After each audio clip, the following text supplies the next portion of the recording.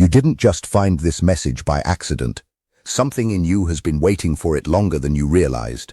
And if you stay with me for the next few minutes, you might start to see that what feels like confusion in your life right now is actually something quietly trying to put you back together. Welcome to *** Jungian Path, a space where we explore the hidden layers of the mind, emotional transformation, and the deeper psychological forces shaping your life. Today we're going to talk about those quiet in-between moments where nothing seems to be happening on the surface, but everything inside you is slowly being rebuilt. I need you to understand something before we go any further. You didn't really find this video. It found you. I know that can sound like a dramatic line people throw around, but I want you to actually sit with it for a second. There's a real difference between casually coming across something and being quietly led to it. And what's happening right now, you being here, watching this at this exact moment, doesn't feel random. It's not just chance. It's not simply an algorithm pushing content. It feels more exact than that, more intentional than either explanation usually allows. And deep down, beneath the noise of your day and everything you've been dealing with, something in you already reacted when you saw the title. Not simple curiosity, something softer, something heavier. Recognition, like reading a line you once wrote yourself but had completely forgotten. You've been carrying something lately, not something obvious, not the kind of weight people notice or ask about, not the kind that earns sympathy. It's quieter than that. It sits somewhere behind your chest, constant, subtle, always there. And you've gotten used to it in a way that almost makes it invisible. But it shows itself in specific moments. In the mornings when everything feels heavier than it should. In the pauses between tasks when distractions fade and it's just you again. In those moments when someone asks if you're okay and you say I'm fine, even though what you mean is far more complicated. And the truth, the one you don't often say out loud, is simple. You're tired, not broken, not weak, not falling apart, just. And there's a difference between those things that matters more than you've been allowing yourself to believe, because the story you've been telling yourself about what this exhaustion means isn't complete, not even close. You have been trying, even if it hasn't been perfect, even if there were moments you slipped back into old patterns or nights where you felt things you thought you were done feeling. You've still been trying. You've been choosing yourself in ways that don't get seen or celebrated, in the quiet decisions no one notices. Not sending that message. Getting out of bed when staying there would have been easier, sitting with discomfort instead of escaping it. Letting silence exist instead of filling it just to avoid yourself. Those choices add up, even if they feel invisible, and the part of you that feels exhausted right now isn't the part that's failing. It's the part that has been holding more than it should have for longer than it should have had to. That matters. And even if it hasn't felt like anyone noticed, it hasn't gone unseen. This is Jungian Path, and I want to speak with you directly, not as something above you, but as something beside you. What I want to talk about today isn't just a comforting idea. It's something deeper. It's what it means when something reaches you at the exact moment you're ready to hear it. Carl Jung spent much of his life trying to describe something most people only sense briefly and then dismiss. That the human psyche is not passive. It's not just a storage space for memories, pain, and repeating thoughts. It's active. It moves. It pushes toward wholeness with a quiet, persistent intelligence that doesn't wait for permission. And when a person has gone through enough inner pressure, enough emotional breaking points, enough moments where they are forced to confront themselves honestly, something begins to shift. Life stops being random in the way it once felt. Patterns start to form. Meaning starts to emerge in places that used to feel empty. And coincidence starts to feel like too small a word. Because the mind prefers coincidence. It's easier. It keeps things comfortable. But Jung suggested something more unsettling. That sometimes what looks like coincidence is actually alignment. Something in you responding to something outside you. So let me ask you something. What have you been trying to figure out alone? Because there's a very specific kind of experience I'm seeing here. A version of your life you've been quietly holding on to. Not obsessively, not desperately. Just carrying, like something unfinished, something unresolved, something you haven't fully let go of, but also haven't fully stepped into. Maybe it's a connection. Maybe it's a future you keep imagining in small private moments. Maybe it's a situation that never fully closed. Something that feels suspended between what was and what could still be. And somewhere in you, there's been a growing question. One you don't say out loud. Whether still hoping makes you wise or foolish. Whether the part of you that still holds on to possibility is intuition, or just fear refusing to release control. But the truth is neither of those labels fully fit. What you're actually in is something more precise. You're learning discernment.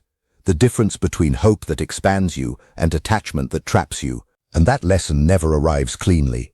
It comes with confusion, with contradiction, with moments that feel like setbacks and moments that feel like clarity, often on the same day. From the inside, it doesn't feel like progress. It feels like being stuck in a doorway, unable to fully return to what you were, unable to fully step into what comes next. But that in-between space is not failure, it is transition. Jung called something like this the transcendent function, the psychological process where opposing inner forces stop fighting for dominance and begin to form something entirely new. Not compromise, not one side winning, something third, something unexpected, something that didn't exist before the tension forced it into being. But that doesn't happen on command. It doesn't respond to urgency. It doesn't appear when you decide you're ready. It appears when the old structure inside you has loosened enough to allow something new to take shape. And that loosening often feels like stagnation.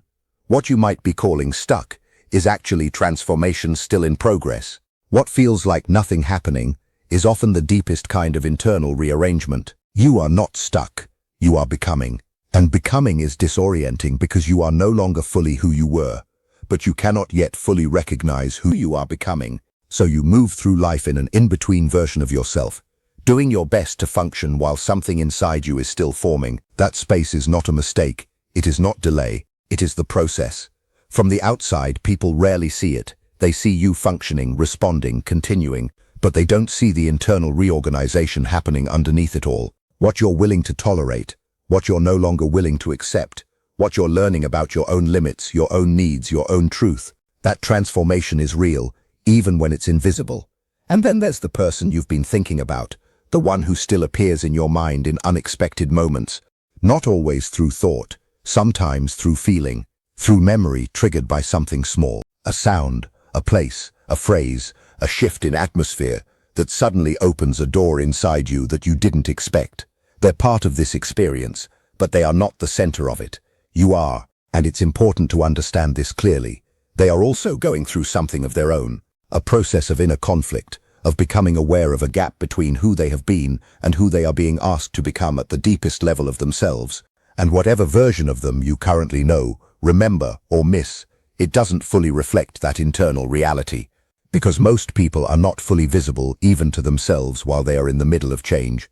So what you are sensing from them right now may not be clarity or closure. It may just be their own process unfolding at a distance from yours. And that distance, as painful as it can feel, is also part of the structure of growth.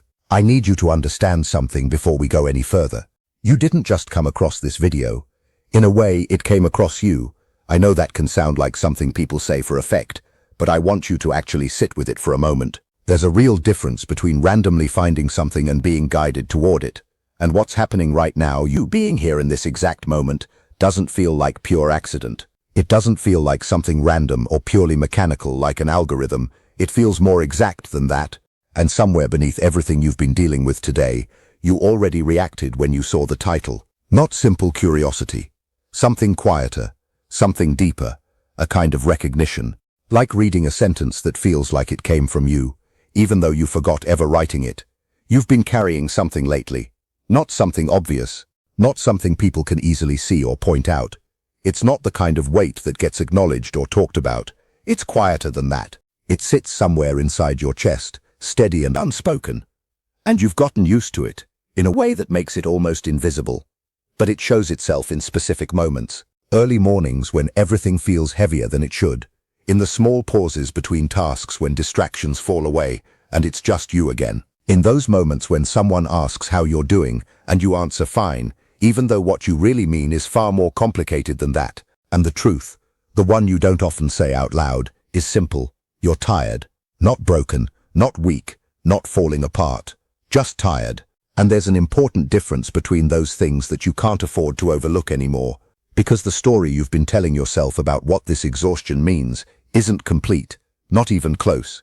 You have been trying, maybe not perfectly, maybe not without setbacks or moments where you slipped back into old patterns or nights where emotions you thought you were past came back unexpectedly.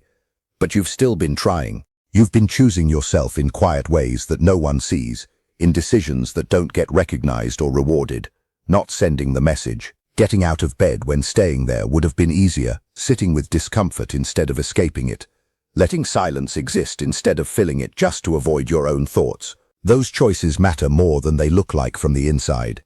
And the part of you that feels exhausted right now is not the part that is failing. It's the part that has been carrying too much for too long without enough support or rest. That matters more than you've been allowing yourself to admit. This is Jungian path, and I want to speak to you clearly, not from above you but alongside you. What we're talking about here isn't just comfort or motivation, it's something deeper. It's about what it means when something reaches you at the exact moment you're capable of hearing it. Carl Jung spent much of his life trying to describe something most people only briefly sense before dismissing it. That the psyche is not passive. It's not just a storage space for memories or pain or thoughts that repeat in the background of your mind. It is active, it moves, it pushes toward wholeness with a quiet intelligence that doesn't wait for permission. And when someone has gone through enough internal pressure, enough emotional breaking points, enough moments of confronting themselves honestly, something begins to shift. Life stops feeling completely random. Patterns begin to emerge. Meaning starts showing up in places that once felt empty. What once looked like coincidence begins to feel too precise to ignore. Because the mind prefers coincidence. It feels safer. But Jung suggested something else beneath that safety. That sometimes what we call coincidence is actually alignment, something inside you responding to something outside you. So let me ask you something. What have you been trying to figure out alone? Because there is a very specific experience here. A version of your life you've been holding on to quietly, not obsessively, not desperately, but steadily. Something unresolved, something not fully closed, something suspended between what was and what could still be. And somewhere inside you a question has been forming, one you don't say out loud, whether still hoping means you're wise or foolish, whether the part of you that still holds on is intuition or fear refusing to let go. But the truth is, neither of those labels fully describe it. What you're actually going through is something more precise. You're learning discernment, the difference between hope that expands you and attachment that drains you. And that lesson never arrives in a clean way. It comes with confusion, with contradiction, with moments that feel like progress and moments that feel like failure, sometimes at the same time. From the inside, it doesn't feel like growth. It feels like being stuck in a doorway, unable to go back, unable to move forward. But that space you're in is not a mistake, it is transition. Jung described something called the transcendent function, a process where opposing inner forces, what you want and what you fear, who you were and who you're becoming, stop fighting and begin to form something new. Not compromise, not one side winning, something entirely different that could not exist without that tension. But that doesn't happen on demand. It doesn't show up because you're ready or because you've figured everything out. It happens when enough of the old structure inside you has loosened, and that loosening often feels like nothing is happening at all. What you're calling stagnation is actually transformation in progress. What feels like delay is often the deepest restructuring of who you are. You are not stuck. You are becoming. And becoming is uncomfortable because you are no longer who you were, but you are not yet fully who you are becoming. So you live in between versions of yourself, trying to function while something inside you is still forming. That in-between is not failure, it is the process. Most people won't see it. They'll see you continuing your life, handling responsibilities, showing up, smiling at the right moments. But they won't see the internal rebuilding happening underneath it all. What you're learning to tolerate, what you're no longer willing to accept, what you're beginning to understand about yourself. That shift is real, even when it's invisible. And then there's the person you've been thinking about. The one who appears in your mind without warning, not always as a thought, sometimes as a feeling, triggered by a sound, a place, a memory, a phrase, something ordinary that suddenly opens something deeper. They are part of this experience, but they are not the center of it. You are, and it's important to understand this clearly. They are also moving through their own internal process, one they may not fully understand themselves, one that sits between who they were and who they are being pushed to become. Whatever version of them you hold in your memory is not the full picture of who they are right now, because people rarely see themselves clearly while they are changing. So what you feel from them may not be clarity or closure. It may simply be distance between two inner processes unfolding at different speeds, and that distance, as painful as it can feel, is part of how growth happens. That gap does not close easily.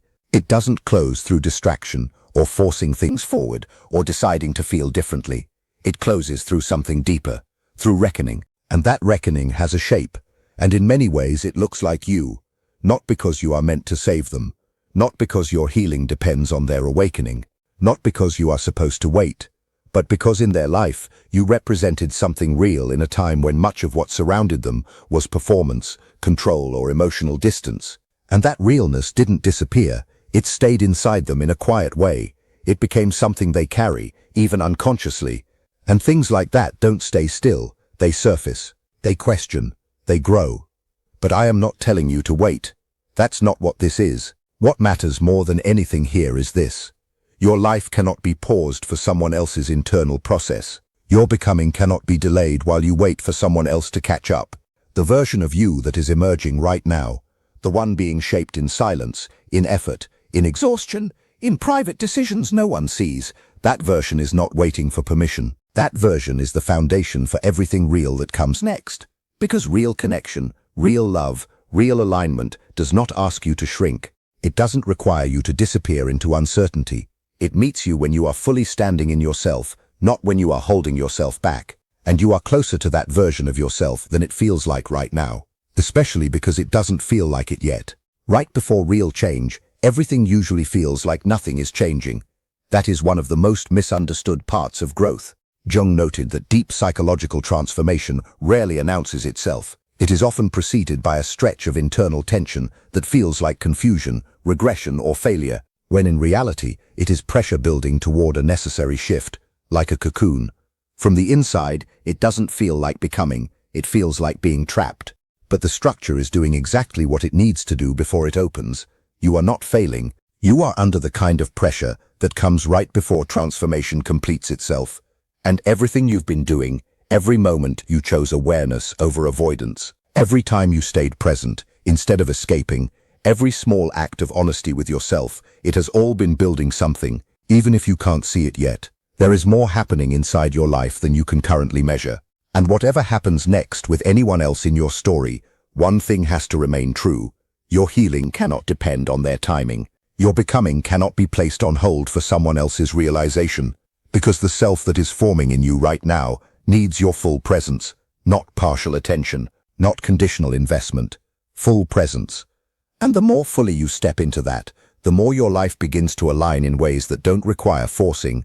You are not becoming whole so you can be alone, you are becoming whole so your life no longer depends on imbalance. There is a version of your future that already exists in possibility, not guaranteed, but built on the fact that you've already been doing the kind of internal work that changes what you attract, what you tolerate, and what you recognize as real.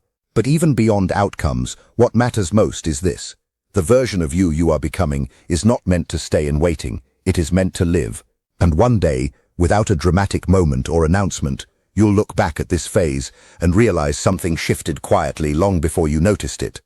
The waiting became movement, the confusion became clarity, the pressure became release, and you won't be standing in the doorway anymore. You'll be on the other side. And so, as we come to the end of this, I want you to carry one truth with you more than anything else. What you're going through right now is not meaningless, and it is not random. Even when it feels like you're standing still, even when it feels like nothing is changing, something deep within you is quietly reorganizing everything you thought you knew about yourself, your life, and what you deserve. You are not being left behind. You are not lost in some unfinished chapter. You are in the middle of becoming, and becoming rarely feels like progress while you're inside it. It feels like uncertainty. It feels like silence. It feels like waiting. But underneath all of that, something real is forming in you, something stronger, clearer, and more rooted than what came before. And one day, without even noticing when it happened, you will look back at this exact phase and realize it wasn't a dead end at all. It was the turning point, the moment everything inside you finally started to align. So don't abandon yourself in this space. Don't rush to escape it. Trust that even here, especially here, you are still being shaped into who you're meant to become, because you are closer to that version of yourself than you think. If this message resonated with you, Make sure to like and subscribe to Jungian Path so you don't miss what comes next. And if you're still here with me at the end, comment the word bar awakening below, so I know this reached you at the right time.